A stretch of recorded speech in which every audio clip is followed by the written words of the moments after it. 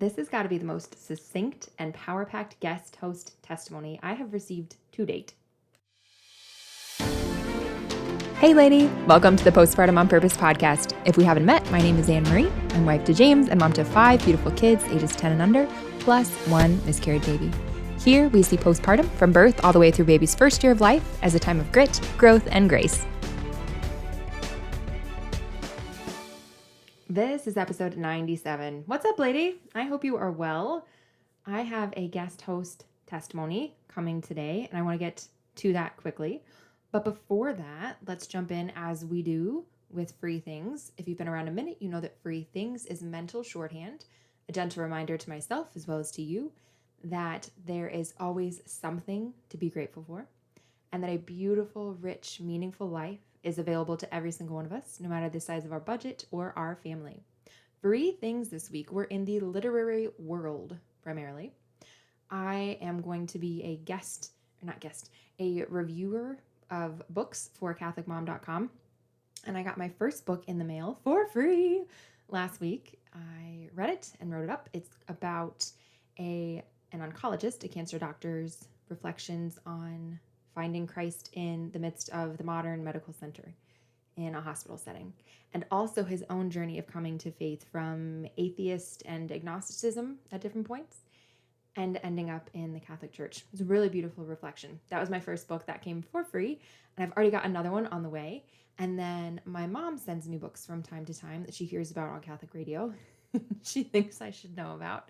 I got another one of those, not on a very cheery topic, but on an important one about the Catholic Church's teaching and intimate partner violence or domestic violence. The author's name is Jenny DeBay. I can't remember the title of it right now, but I've not read very much of it. I've just sort of perused the introduction prologue, but that came to me free as well this week. And then the third book was from a potential future guest host, or I might just review the book myself, but it is called The Baby Chick Guide to Positive Pregnancy. Or the baby shit. Yeah, I think that's the right title. Anyhow, she reached out to me and I said, just send me the book. I'd love to read it and do a review. That was 3 free books in the last week. Just going gangbusters over here, you guys. And there's another free thing that's supposed to be coming later this week that's really big, but I don't want to say it until it's happened because it just seems presumptuous. So hopefully next week I can tell you about what the free thing is. And then let's do one small change. One small change is a reminder as well that whatever seems hard or challenging or even impossible today won't seem that way forever because circumstances change. Our capacity to deal with things improves. Things get better that we didn't expect to. Somebody takes something off our plate. Just things shift during postpartum.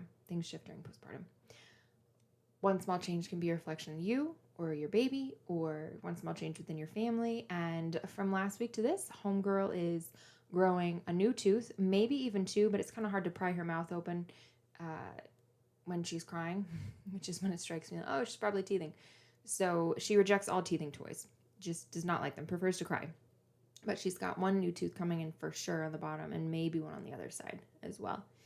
And then my thing is an ongoing thing, but I learned that the reason I'm tired more so than usual is related to my thyroid. Womp womp. That will be a future episode, I'm sure, once I get more clarity on it and then just learn more generally speaking about postpartum thyroid issues.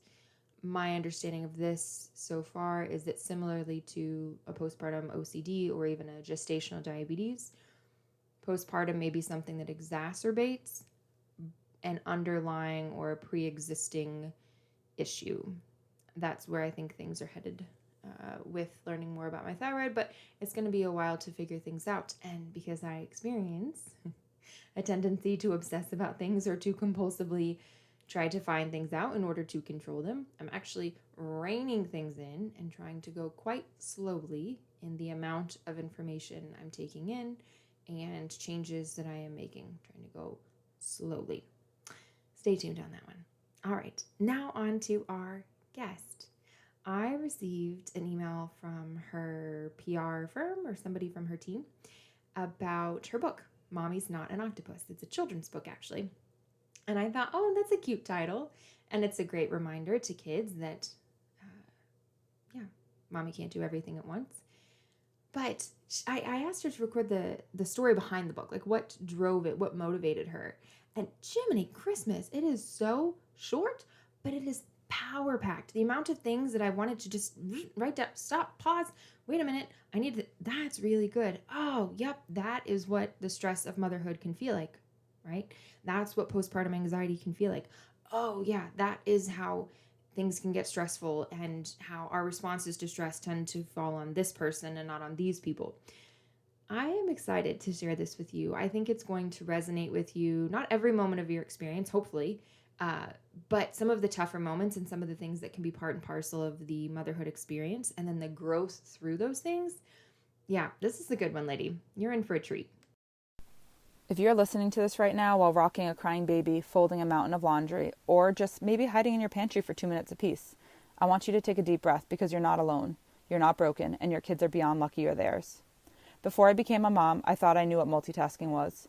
I was a professional, an athlete, an entrepreneur.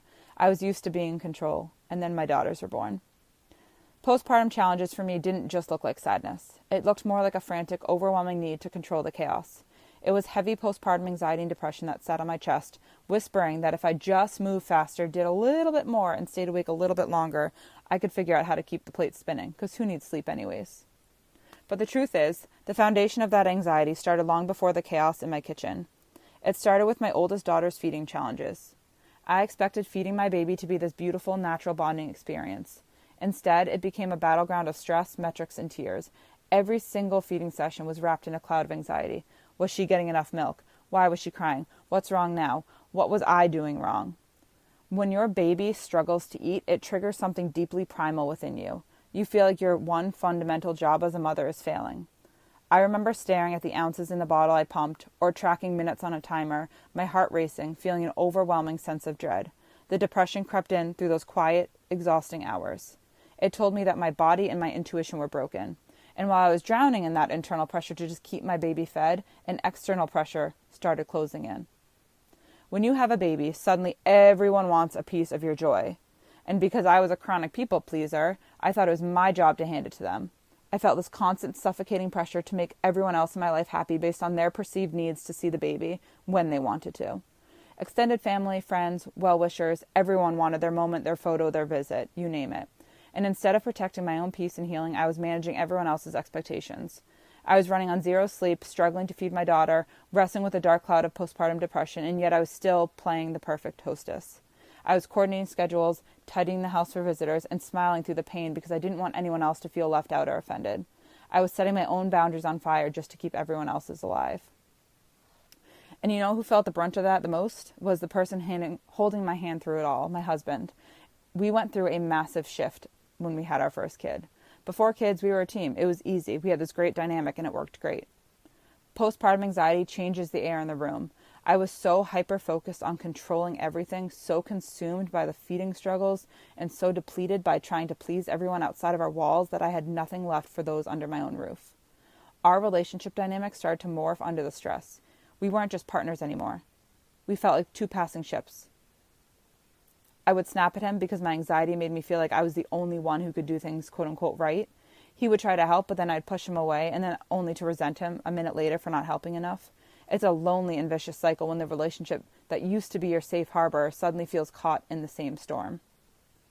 And let's be honest, we live in a world where social media only feeds that fire. We scroll through our feeds during 3 a.m. feedings, surrounded by a sea of loud, strong opinions behind screens. Everything you see makes you feel like you aren't doing it the right way, or that you're simply not doing enough. It tells you how to feed, how to sleep, how to parent, and it leaves you feeling entirely inadequate. I carried those unrealistic expectations like a heavy weight for a long time, constantly feeling the sting of mom guilt because I couldn't meet a standard that isn't even real. And that brings me to my random night in the kitchen about a year ago. It was a culmination of all of this, the years of feeding stress, the people-pleasing, the marital tension, the total relatable chaos that motherhood brings into your life. We had friends over, dinner was on the stove, and my 2 daughters were shouting orders left and right like tiny demanding bosses.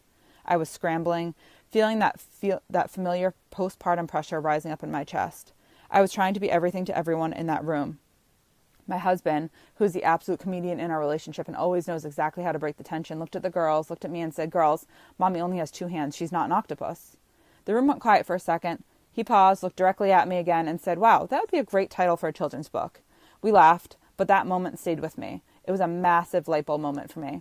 I realized that my anxiety was coming from the fact that I was actually trying to be an octopus. I was trying to have 8 arms to feed the baby perfectly, please the family, manage the household, maintain the marriage, run the businesses, do it all at once. But my kids didn't need a superhero with 8 limbs. They just needed me with my 2 hands being present in that moment. That kitchen joke became the foundation for my debut children's book, Mommy's Not an Octopus. I originally wrote it to teach my daughters about patience and empathy, but as I worked on it more and more, I realized something much deeper. This book was becoming a physical manifestation of my own healing. It became my own permission slip to finally set aside the unrealistic expectations I've carried since becoming a mom. Through a lot of hard work with my therapist and my life coach, I had to untangle my own struggles. They helped me get to a point where I realized a profound truth. I am a multi-passionate person. I run a business, I chase big goals, and I do a lot. And there's absolutely nothing wrong with choosing to do so, as long as it is being done for the right reasons. When it comes from a place of alignment and love, rather than a desperate attempt to prove my worth to a screen or to fulfill everyone else's demands, it is okay. I wrote this book as a love letter to my girls, but it's also a love letter to every mom listening to it as well. Your worth as a parent is not measured by how many things you can juggle at once, nor is it defined by the opinions of strangers online or the expectations of well-meaning family and friends. You don't need 8 arms to change your children's world. You just need the 2 that you have, leading with intention, giving yourself grace, and knowing that your best is exactly what your babies need. And if you ever doubt that your kids see the beauty in your own 2-handed imperfect efforts, I will share with you what my daughter told us just the other day. My husband looked at my oldest and said, "Mommy is the best in the world, isn't she?" And my sweet girl looked back at him and said, "Well, no, Dad, she is the best, but not in the whole world, because everyone's mommies are the best mommies." Out of the mouth of my almost 5-year-old, she completely untangled the trap of comparison in one sentence. We don't need to compete. We don't need to be perfect, and we don't need 8 arms. To our own babies, we are already the best in their world, just as we are. So if that kitchen chaos sounds familiar, or if you just need a reminder at bedtime that you're doing an amazing job, I would love to share this story with your family. My book is called Mommy's Not an Octopus. It is a beautifully illustrated hardcover picture book, and it's available right now. You can find this book on my website or on Amazon. And you can also follow along my self-publishing journey and see other creative things I built on my Instagram and website. I love connecting with other moms, creators, and entrepreneurs, so please come say hi and let me know what part of this message resonated with you, or feel free to send me a picture of your own chaotic kitchen moment. Thank you for spending a few minutes of your precious quiet time with me today, and remember, put down one of those plates you're trying to spin, take a deep breath, and give yourself some grace, because you've got this.